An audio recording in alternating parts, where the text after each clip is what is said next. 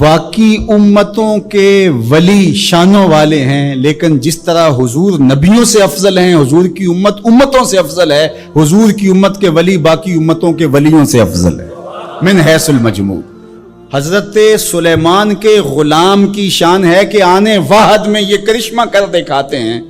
اور مقتدی بن کے حضرت سلیمان مسجد اقصی میں جس نبی کے پیچھے کھڑے ہیں اس امام کی شان کا عالم کیا ہوگا؟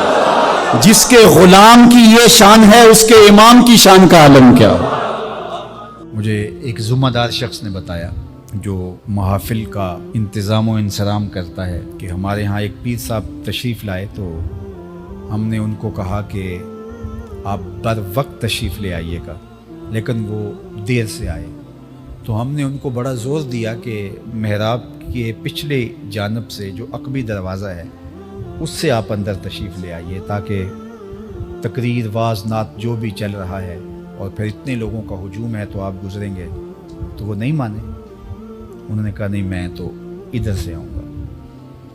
اور پھر وہ جو ہے وہ دروازے سے مین دروازے سے داخل ہوئے، اور پھر لوگ کھڑے ہو گئے اور پھر نعرے، اور لوگ ایک دوسرے کے اوپر گر رہے ہیں اور بوڑھے آدمی نیچے آ رہے ہیں، اور وہ آہستہ آہستہ چلتے ہیں۔ انہوں نے مجھے بتایا کہ وہ ہولے ہولے چل رہے تھے،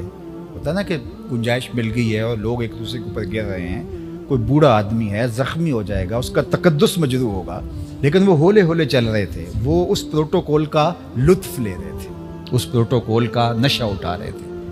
مجھے بتاؤ بوڑھوں کے اوپر لوگ گر رہے ہیں اور اس پروٹوکول کا بھی جو لطف اٹھا رہا ہے، پھر ایسے پیر اور یہ وزیر مشیر و حکمرانوں کا کیا فرق رہا؟ تو یہ ان چیزوں کا بہت خیال کرنا چاہیے۔ بزرگوں سے ملنا، علماء سے ملنا، نعت خوانوں سے ملنا، قاریوں سے ملنا اچھی بات ہے، لیکن اگر آپ کسی کو دھکا دے کے ملتے ہیں، وہ تو حجر اسود کو چومنے سے بھی روک دیا گیا اگر کسی کو دھکا دینا پڑے۔ حجر اسود کون ہے؟ یمین اللہ، اللہ کا دست راست ہے، اللہ کا دایاں ہاتھ۔ جو حجر اسود کو چومتا ہے وہ رب سے مصافحہ کرتا ہے، کتنی بڑی بات ہے۔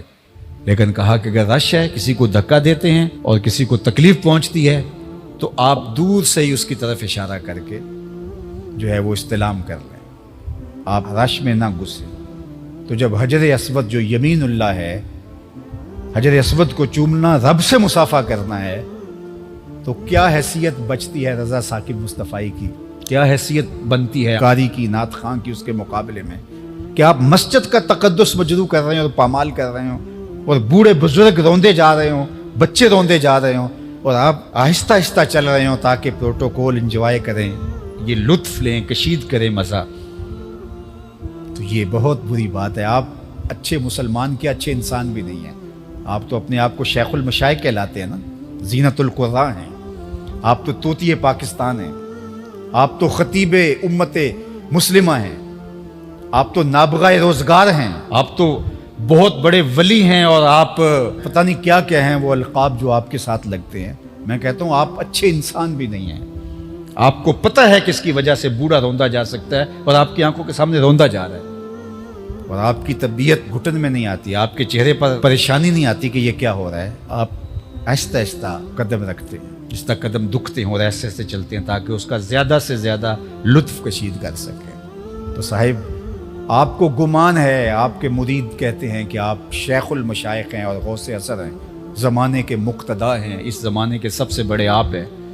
لیکن یہ آپ کے مرید کہتے ہیں، آپ کہتے ہیں، لیکن میں کہتا ہوں آپ اچھے انسان بھی نہیں ہیں۔ تو اس لیے ان چیزوں کا بہت لحاظ رکھنا ہے، یہ ہمارے دین کی اقدار ہیں اور ان کو ہمیں سمجھنے کی کوشش کرنی ہوگی۔ جو ہماری محافل کا سٹائل بن گیا ہے اور جو صورتحال بن گئی ہے، یہ خانہ زاد چیزیں ہیں، شریعت ان کی اجازت نہیں دیتی۔